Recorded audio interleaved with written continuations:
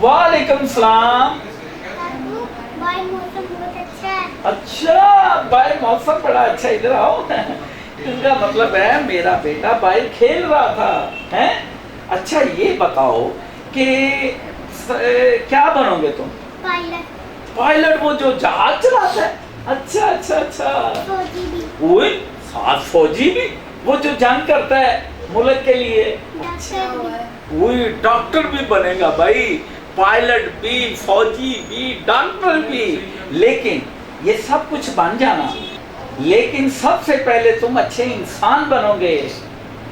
क्या? अच्छे इंसान बनूंगा। ओए फिर उसके बाद मैं पाकिस्तान का नाम रोशन करूंगा। शाबाश, फिर हम सब कहेंगे पाकिस्तान जिंदाबाद। शाबाश मेरा बेटा, वही बड़ा अच्छा बच्चा है मेरा, है। ओए ओए क्या बात है।